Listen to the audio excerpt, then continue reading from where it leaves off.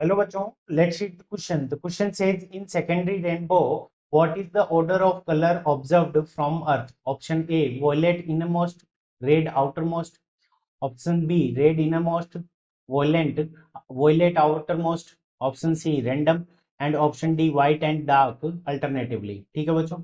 So इस question के अंदर हमें क्या पूछा है कि जो हमारा सेकेंडरी रेनबो फॉर्मेशन होता है उसके अंदर जो कलर का कॉम्बिनेशन होता है, यानी कौन सा कलर कहाँ पे दिखाई देता है, उसका कॉम्बिनेशन क्या होगा. सो इस क्वेश्चन को करने के लिए हम क्या करेंगे, की कंसेप्ट अप्लाई करेंगे. अब की कंसेप्ट के अंदर हम सबसे पहले सेकेंडरी रेनबो फॉर्मेशन कैसे होता है उसको समझेंगे. So secondary rainbow. सो जो सेकेंडरी रेनबो होता है हमारा, उसका फॉर्मेशन क्या होता है कि टू टोटल इंटरनल रिफ्लेक्शन से होता है. So secondary rainbow. अब सेकेंडरी रेनबो के फॉर्मेशन का हम क्या करते हैं, एक डायग्राम देख लेते हैं जिससे हमें सेकेंडरी रेनबो फॉर्मेशन पता चल जाएगा, फिर हम कलर कॉम्बिनेशन की बात करेंगे. सो सेकेंडरी रेनबो फॉर्मेशन के अंदर क्या होता है कि आप सपोज करो कि हमारी क्या है, ए वाटर ड्रॉप है. ठीक है बच्चों. अब इसके अंदर क्या होता है कि एक रे यहाँ से एंटर करती है. सो यहाँ से रे एंटर की, इस ए पॉइंट पे ऊपर क्या होगा कि ये हमारी जो व्हाइट लाइट या सनलाइट है उसका क्या होगा, रिफ्रैक्शन होगा. रिफ्रैक्शन होने के बाद में ये बी पॉइंट के ऊपर स्ट्राइक करेगी.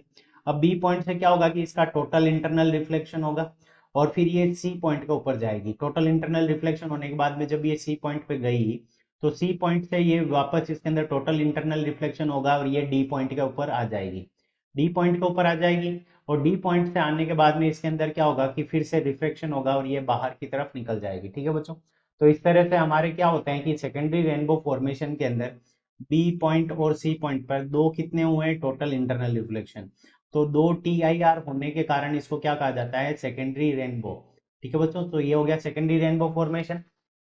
अब क्या होता है कि इसके अंदर जो कलर का जो कॉम्बिनेशन होता है उसके अंदर रेड क्या होता है, आउटर मोस्ट होता है, क्योंकि रेड की जो वेवलेंथ होती है वो हमारी मैक्सिमम होती है. सो इसका म्यू की वैल्यू क्या होगी, डिफरेंट होगी. सो रेड तो हमारा क्या हो गया, आउटर मोस्ट. रेड हो गया आउटर मोस्ट. और जो हमारा वॉयलेट कलर हो गया, ठीक है बच्चों, सो वॉयलेट हो जाएगा इनर मोस्ट. तो जो हमारा रेड आउटर मोस्ट हो गया और ये हमारा वॉयलेट हो जाएगा इनर मोस्ट. तो ये हमारा कलर कॉम्बिनेशन हो गया. अब हम देखेंगे कि ये हमें कौन से ऑप्शन के अंदर गिवन है कि रेड आउटर मोस्ट और वॉयलेट इनर मोस्ट. अब देखो, ये हमें दे रखा है कि violet innermost and red outermost option A में. So option A is the correct answer of this question. I hope you understood it well. Best of luck. Thank you.